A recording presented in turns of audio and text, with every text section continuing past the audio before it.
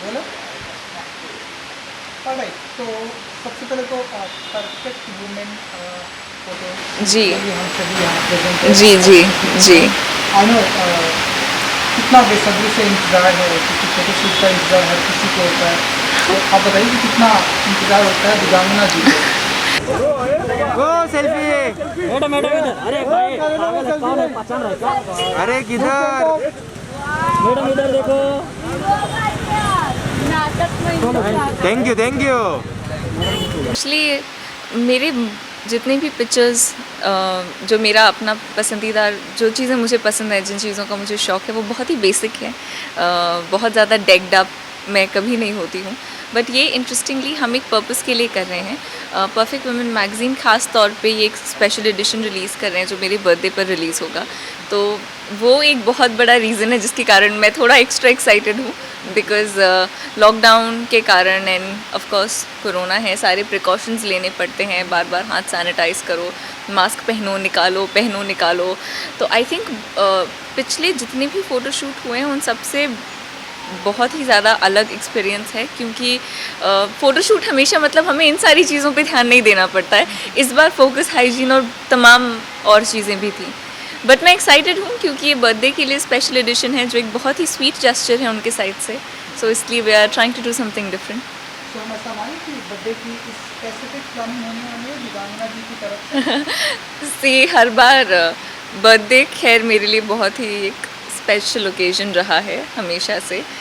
इस बार का सेलिब्रेशन डेफिनेटली थोड़ा अलग होगा, बिकॉज़ कोरोना है, बहुत ज़्यादा गैदरिंग नहीं हो सकती। तो हम ये एक म्यूचुअल डिसीजन था कि क्या किया जाए कि हम फैंस के लिए, जो लोग एक्सपेक्ट भी करते हैं कि मेरा बर्थडे एक सर्टेन वे में होगा, तो हम क्या कर सकते हैं। इनफैक्ट इंटरेस्टिंगली इस बार हमने सोचा, जो मेरा फर्स्ट थॉट था कि हम शायद कुछ भी ना करें, एक बहुत ही बिकॉज़ ऐसे टाइम पे किसी को गैदर करना कहीं पर भी बहुत करेक्ट डिसीजन नहीं है। मैं खुद भी उसके अगेंस्ट हूँ, पर ये परफेक्ट वुमेन टीम और एक और टीम है जिनके बारे में आप मेरे बर्थडे पर जानेंगे, उनकी तरफ से एक बहुत ही स्पेशल सा जेस्चर आया।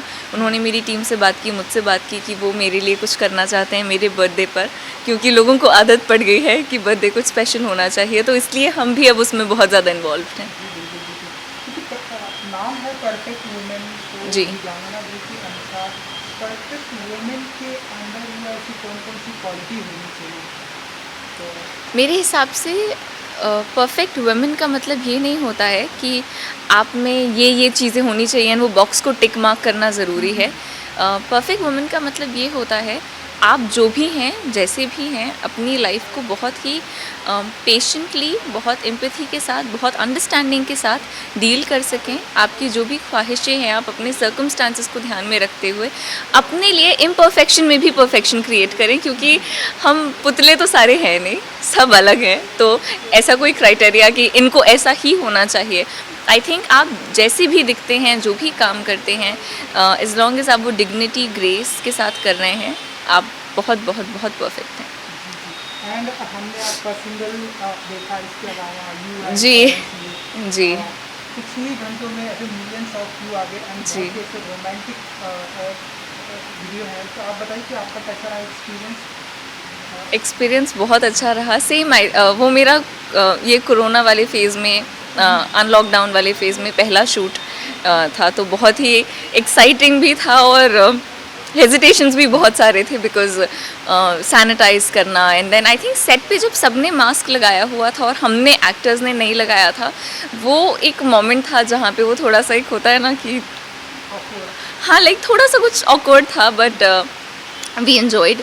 बहुत ही अच्छी टीम है, पलाश मशाल, पलक, उनकी सिस्टर, टेरेंस सर, जो डायरेक्टर हैं सौरभ, पूरी टीम एक्चुअली बहुत यंग लोग हैं। सो जब पलाश और सौरभ मेरे घर आए थे और उन्होंने कहा कि ये डायरेक्ट कर रहे हैं, तो मैं काफ़ी हैरान थी, क्योंकि डायरेक्टर्स यूजुअली एक सर्टन उम्र के होते हैं। एंड पलाश ने बहुत अच्छा गाना कंपोज किया है, लिरिक्स बहुत अच्छी हैं। मैंने पहली बार जब गाना सुना था तो मैं गाने से ही बहुत खुश हो गई थी। तो visually I was very happy कि नहीं, इसका ट्रीटमेंट भी कुछ वैसा ही होगा, बिकॉज हर गाने का अपना एक फ़ील होता है, एंड तू है तो का बहुत ही खास सा फील है। सो देन वी रियलाइज कि इसका ट्रांसलेशन ऑन स्क्रीन बहुत अच्छा होगा। अब हम देखें कि कुछ ही घंटों में 3 मिलियन व्यू जी। क्रॉस कर चुका है, तो एज एन एक्टर क्या फील करती हैं Divyangana ji? Overwhelmed and grateful. एक न्यू लेबल है एंड लोगों ने इतने अच्छे से प्यार से एक्सेप्ट किया, अप्रिशिएट किया, सारे कमेंट्स पढ़े, बहुत लोगों ने अप्रिशिएट किया है, तो उसके लिए thank you very much. And हम ऐसे ही कुछ कुछ मौके ढूंढते रहेंगे आपको एंटरटेन करने के। एंड इसके अलावा हम आपकी साउथ में भी आप जी। जो मूवी करने वाली हैं, तो कुछ और बताएंगे कि कितनी एक्साइटेड है एंड शूटिंग स्टार्ट होने वाली है या फिर मैं बहुत इम्पेशेंट हूँ अब एक्चुअली, क्योंकि ऑफ कोर्स आदत है सेट्स पर रहने की एंड अच्छा लगता है, मेरी सबसे हैप्पी प्लेस वही है। तो अब जब इतना लंबा गैप हो गया है, 6 महीने हम सेट पे कोई फिल्म शूट के लिए नहीं पहुँचे हैं, तो थोड़ा तो अटपटा लग रहा है, there is no doubt about it. But एक फ़िल्म है जिसका शूट मुंबई में होना है, एक है जिसका हैदराबाद में होना है, तो आई एम वेटिंग कि सारी डेट्स आएँ। होपफुली नवंबर में हम शूटिंग शुरू करेंगे। एंड जैसा कि आपने भी बात की, हम सभी देख रहे हैं कि कोविड के टाइम पे हम सभी जी। जो है प्रिकॉशन ले रहे हैं। जी। सारी दुनिया एक तरह से 6 मंथ या जो भी Right. हर किसी का जो है बिग बॉस बन गया था हर किसी के लिए। That's true. तो इन लॉकडाउन के टाइम में दिव्यांगना जी ने ऐसी कोई एक्टिविटी सीखी, कोई एक्टिविटीज़ किया जो आपके लिए ऐसे बहुत ही मैंने अच्छा पेंटिंग moment की। हो? मैंने बहुत सारी पेंटिंग्स बनाई हैं। मैंने पहले कभी भी कैनवास पे पेंट नहीं किया था, इनफैक्ट मैंने पेंटिंग सीखी भी नहीं है, बट लॉकडाउन में इतना टाइम था तो ऐसे चलो ठीक है कुछ नया ट्राई करते हैं। एक्चुअली बचपन में पेंट किया करती थी मैं, बट एक आई थिंक वो एक फेज़ था, लाइक मेरे 5th-6th स्टैंडर्ड तक मैंने काफ़ी सारी पेंटिंग्स की हैं, उसके बाद वो रुक सा गया बिकॉज और चीज़ों में बिजी हो गई थी, बट देन लॉकडाउन में वो शुरू करके मुझे बड़ा मज़ा आया। And you know big boss season भी स्टार्ट हो रहा जी। है, तो इसके बारे में आप कुछ कहना चाहेंगे? आप कितना फॉलो करती हैं या फिर क्या कहना चाहेंगे आप बिग बॉस के लिए? सी मैं सैटरडे संडे वाले एपिसोड्स देखती हूँ, प्रॉपरली फॉलो इसलिए नहीं करती हूँ बिकॉज मैं उस घर में एक बार रह चुकी हूँ एंड मेरे पर्सनल एक्सपीरियंस से मुझे ऐसा लगता है एक बार अगर आप उस घर में रह लो तो उसे बार बार देखना थोड़ा डिफ़िकल्ट हो जाता है, बट मोर और लेस मुझे पता होता है क्या चल रहा है घर पर। एंड इस बार का season I wish the best to everyone.